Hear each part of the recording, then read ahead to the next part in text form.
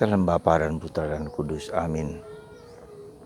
Allah yang penuh kasih, bantu kami supaya kami dapat menyelami kehendak-Mu dan hanya menjalankan kehendak-Mu saja di atas segala sesuatu. Bantu kami untuk tidak memakai nama Allah untuk kepentingan egoisme kami. Semoga kami semakin menyerahkan hidup kami kepadamu, pada kehendak-Mu,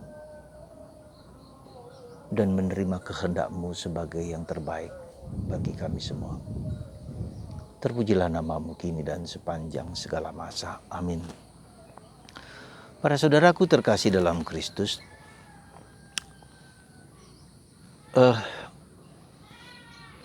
kita seringkali berpikir, seringkali merenung, kenapa doa-doa kita tidak dikabulkan Tuhan?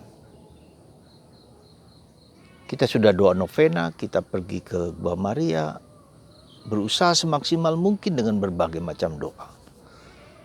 Tapi sepertinya doa kita tidak dipenuhi. Salah satu sebabnya adalah kita tak jarang memaksakan kehendak kita kepada Tuhan. Kita seringkali apa yang kita pikirkan itu ingin supaya terjadi.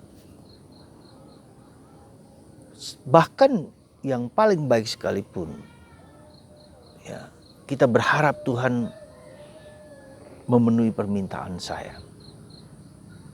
Saudara, inilah yang kita sebut dengan misteri kehendak Allah. Kalau kita perhatikan baik-baik di dalam Injil, Yesus mengatakan, kalau kamu tidak mengikuti kehendak Allah, kalau kamu tidak menanggalkan dirimu sendiri, kalau kamu tidak menanggalkan keinginan, nafsu, kerinduanmu, menyangkal diri, mengosongkan diri, kamu tidak akan layak menjadi muridku. Inilah proses yang sebetulnya proses kemuridan, ya, dan proses doa juga. Kita berusaha dan berjuang untuk mengalahkan ego kita. Berjuang untuk menanggalkan keinginan-keinginan kita. Sebesar apapun, bahkan semurni apapun. Ya. Nah, itulah yang terjadi, kesalahan yang terjadi pada bacaan pertama hari ini ketika orang Israel menggunakan tabut perjanjian untuk kepentingan mereka sendiri. Sehingga akhirnya mereka justru korbannya begitu banyak. Dan anak Imam Eli, Hofni dan Pinihas juga mati. Dan tabut perjanjian dirampas oleh orang Filistin. Dan yang sama juga ketika si kusta yang telah disembuhkan seketika oleh Yesus itu, Yesus melarang untuk memberitakan kabar tentang penyembuhan itu, tapi dia nekat memberitakan kabar gembira kepada orang lain bahwa dia, ya, disembuhkan, dibebaskan, dibersihkan, dimurnikan, ya, dari penyakit kusta. Akibatnya Yesus tidak bisa masuk ke sana kemari dengan bebas. Maka dia bersembunyi atau berada di tempat-tempat yang sepi. Karena Yesus mengatakan ingin supaya dia, identitasnya dia itu tidak disalah mengertikan sebagai Mesias. Saudara, inilah yang harus menjadi perjuangan pergulatan kita. Jadi di saat pandemi ini, di saat hidup kita sulit, di saat segala sesuatu, kita belajar melepaskan diri dari kungkungan pikiran kita, dari kehendak kita. Bahkan mungkin ketika sakit sekalipun, ya, ketika sakit sekalipun kita tetap bersandar, kita menyerahkan diri kepada Tuhan. Sebagai contoh, misalnya, Padre Pio, ya, dia begitu menderita sekali, ada luka-luka dalam tubuh Yesus yang ada dalam tubuhnya. Dia disingkirkan, dia dibuang, dia tidak dilarang untuk merayakan Ekaristi. Apa yang tidak salah pada Padre Pio? Ya, tetapi Tuhan ternyata punya maksud yang lebih dalam daripada itu. Yaitu menjadikan dia sebagai contoh bagaimana kehendak Tuhan terjadi pada hidupnya. Dan sungguh luar biasa. Kesaksian hidupnya bisa menyembuhkan banyak orang. Orang datang kepada dia minta kebijaksanaan dan seterusnya. Yesus sendiri adalah Allah, tapi dia harus taat kepada kehendak Allah. Makananku adalah melakukan kehendak Allah. Bunda Maria dan semua orang kudus. Jadi kalau kita ingin, saudaraku terkasih, dalam hidup ini dipakai Tuhan, maka kita harus taat kepada kehendak Allah. Ketika kita mengalami peristiwa-peristiwa sebesar, seberat apapun, kita belajar untuk mendengarkan, Tuhan, apa kehendak-Mu bagiku? Sekali lagi, kemarin saya katakan ada satu kalimat yang bagus dalam bahasa Jawa, rasa sak jroning rasa. Rasa di balik rasa itu.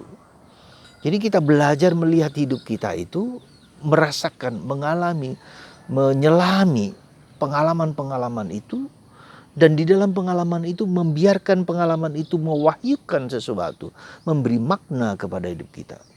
Apa yang sesungguhnya dengan peristiwa itu mau dikatakan kepada kita, dan kehendak Allah mau seperti apa.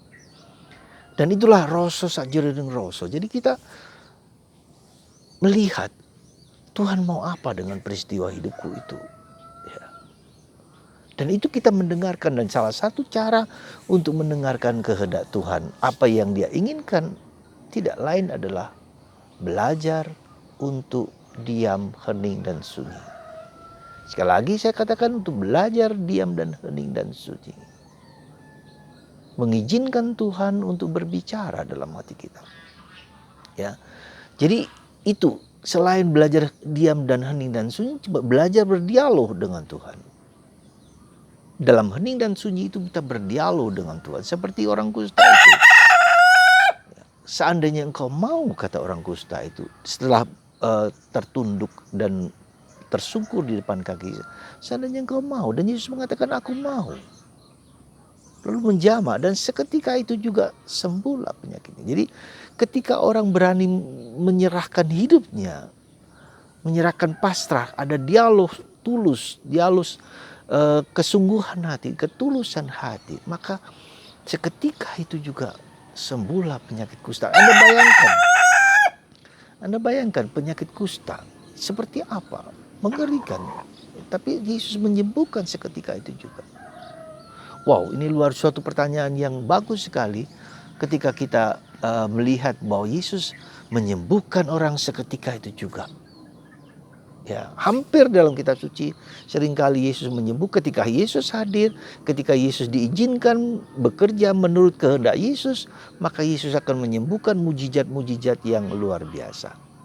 Semoga Anda, kita semua, dalam hidup kita, dalam doa-doa kita, seperti Bunda Maria, let it be. Sekali lagi, let it be, terjadilah padaku menurut perkataan. Saudara, ini perjuangan kita. Ini ayam ini bagus sekali, dia berkokok mendekat kepada saya. Tanda bahwa iya benar gitu. Tapi itulah saudaraku, perjuangan kita. Ya. Dan itu tidak mudah. Kita melepaskan daya kontrol kita. Kita kan suka mengontrol orang lain. Kita suka mengontrol diri kita sendiri. Kita suka mengontrol siapapun. Bahkan Tuhan pun kita kontrol. Jadi kalau kita doa-doa kita tidak dikabulkan, rasanya tidak dikabulkan, problem kita tidak selesai. Pertanyaannya adalah, Tuhan mau apa dengan segala itu? Mungkin Tuhan mau menurunkan ego-ego kita. Ya. Tuhan menurunkan pikiran kita yang sombong. Tuhan menurunkan keangkuhan kita supaya kita menjadi lebih rendah hati seperti kurang kusta itu, seandainya engkau mau. Ya, dan itulah yang seringkali penderitaan terjadi supaya kita tidak menyombongkan diri juga ketika kita dalam penderitaan. Saya mengatakan itu seringkali ada orang-orang yang menderita yang sombong gitu loh. Dibantu tidak mau, katakanlah, ya, merasa diri tetap bisa, ya. Tidak mau mendengarkan, tidak mau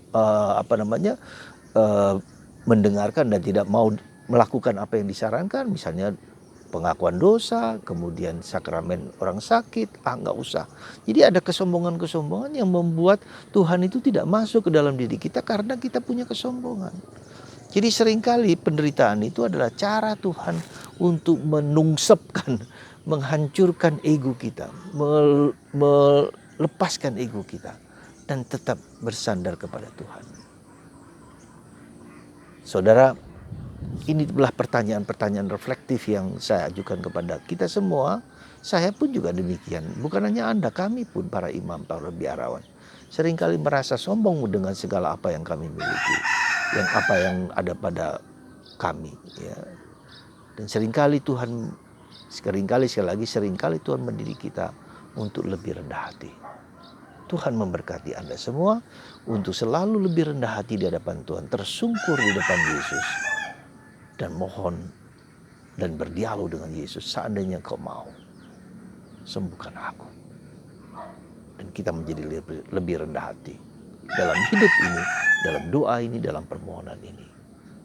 Tuhan yang berkuasa, kehendak Tuhan yang berkuasa, bukan aku Tuhan. Tuhan memberkati Anda semua, dan Bapa dan Putra dan Roh Kudus. Amin.